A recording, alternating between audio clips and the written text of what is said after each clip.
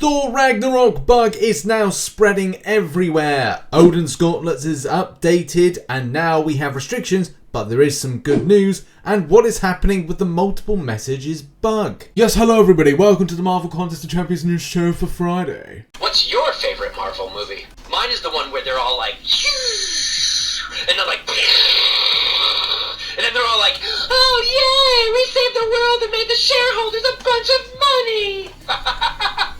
There's suddenly way too many Marvel movies for me to choose, because they're also fine.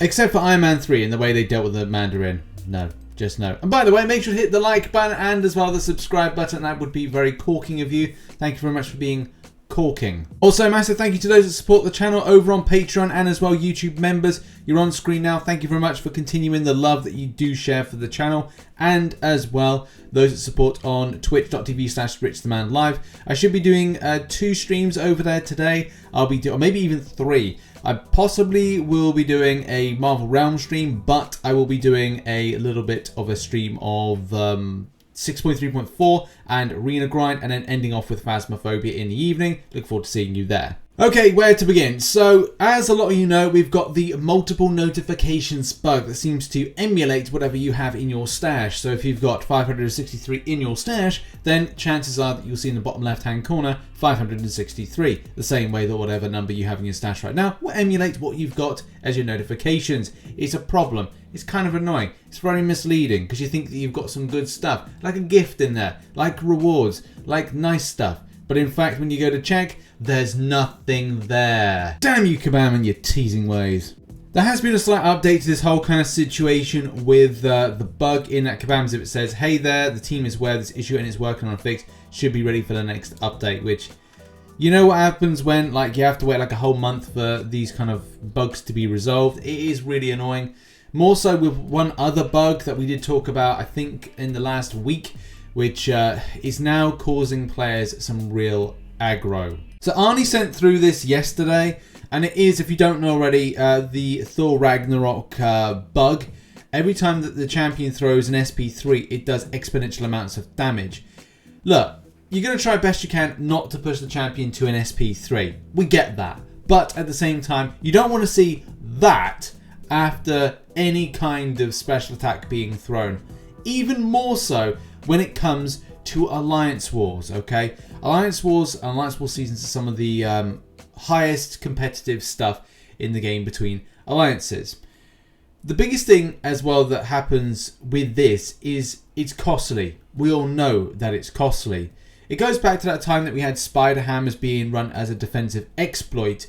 Any time that you would go against the champion, you would not be able to finish it because you weren't able to go any further. This is one of those circumstances that if this champion does, for whatever reason, regardless if you go, well, I can just power drain it, I can power lock it, I can make sure that it doesn't gain any power. Yes, good. Or I can make sure that it doesn't trigger that particular power gain. But let's just go over the facts here. It is incredibly frustrating if this champion is put on nodes and other things like that, that is then causing this aggravation, which we see right here, where a champion is being knocked out from one single use of an SP3, which, if you don't know already, is a problem. Now, Kabam have acknowledged that they are looking into it, but it's still something that's just not really good at the moment, and this will be one of these situations I can imagine that won't be resolved until next update. So if you are going up against a Thor Ragnarok, do exert caution.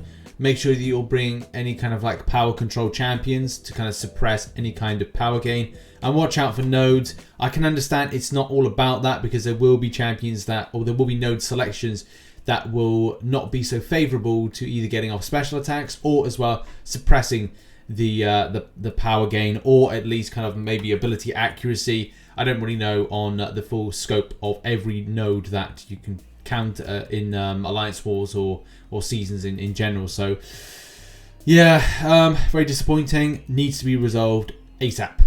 Okay, now let's talk about 7.2 Legends runs. One thing that's going to be very important is that what is going to happen when Access 7.2 is released.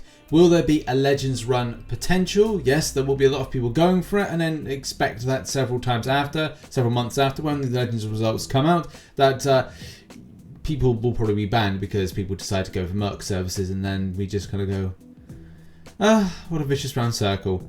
But when it comes to Legends runs, when it comes to advantages of those who are in the beta and then got to survey the lanes, is it a case that they will have unfair advantage and will it be scrutinized by Kabam? Well, the answer is no. Kabam Mike says those in the beta will not be excluded from Legends runs. They have not been in the past and will not be in this time around. Based on the winners of the previous Legends runs compared to the beta testers, we do not feel that there is much of an advantage given to them, except for the people that use MCOC services to get through it, but thankfully they are banned for a length of time. Most successful Legends runs are done towards the end of the eligibility period, after players have spent time studying videos and content from others before making their runs. Further, when it comes to introducing new endgame and story content, we do not want to sacrifice the importance of feedback that our most experienced players might have by disqualifying them from a Legends run if they choose to take part in a beta test that ultimately helps to shape the content for all to enjoy. Fair point with that one.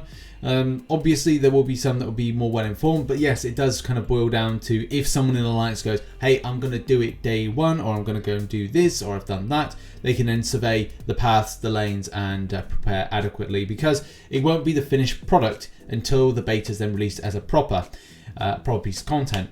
When do I think this is going to be released? Because I'm sure there'll probably be people asking that, and I do think that it will probably be around the May, maybe even June time. It's going to be a difficult one to say when 100% that will be in, because you can look at other scenarios where, look, what was it? September we had the beta for, or September, October time we had the beta for 7.1 and it was released in December. And the same thing would be like with this scenario here, going, okay, so do we beta test it 7.2 in February? And then it's a case we got March, April, May. So it could be like mid-May, end of May, even the first week of June, which kind of would make sense. But, you know, we still haven't had a variant yet, so that's something to bear in mind as well. So there could be more development time going elsewhere, or retuning time when it comes to 7.2. Either way, we all look forward to this, and as well, more importantly, the rewards. Next up, and we did talk about at the start of the week, a problem with Odin's Gauntlets. So if you don't know already, when you face up against Odin, he has Power Draw. And Power Draw basically means you have to do debuff effects in order to allow yourself to grab a lovely power gain effect, because it plays into the narrative of buffed up. So, has this been working as intended, and has it been fixed? The answer is unknown. But in a big twist of things, there was an announcement yesterday that there's been an update. The following changes have been implemented to the Tier 8 Odin fight. After some deliberation, the team has decided that this was the smoothest course of getting you all back on track as quickly as possible. As always, please let us know if you run into more issues. So they've added buff duration and health 100%, but removed buffed up, strength in numbers, and power drain. So I guess that's the kind of the thing there in order to allow this to work for everybody. So I'm glad Kabam made this change, especially to the next thing that we're going to talk about, because you know, Odin's Gauntlets have got the tier 10 seal of approval now. But it's good to see that they've made that specific change to allow this to be more of a working as intended, because it worked for some but didn't work for others, which could be down to many different things. Device type.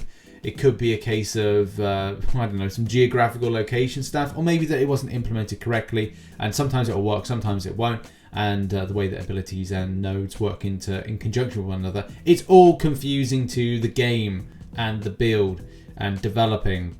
So, in any case, moving on. And the big announcement is that, yes indeed, Tier 10 is now going to be free, but it's going to be limited to 7 times that you can go through. I love the fact that you don't have to spend on a Raven's Feather in order to go in, because this means that you will be able to grind more times elsewhere with those feathers. So it's not saying like Kabam haven't taken 7 feathers away from you. You still get the feathers you need, want and desire. It just means that you'll be able to do the tier 9 more times in order to gather more, so to speak. So yeah, again, just to clarify that, if I've read this correctly, this is the case that you'll be able to go in. You'll be able to do your 7, but also all of the 7 for free to get the tier 5 basic catalyst fragments and the 5-star signature stone crystals and the tier 6 ISO and the tier 5 class catalyst fragment crystal that you're going to be doing as standard, but it means you'll be able to run multiple times or multiple more times with those extra additional feathers, those 7 additional feathers. Some more quest tier 9, which will be all right, and it's going to be like super substantial, but still, like saying that you get a further 7,000 5-star shards.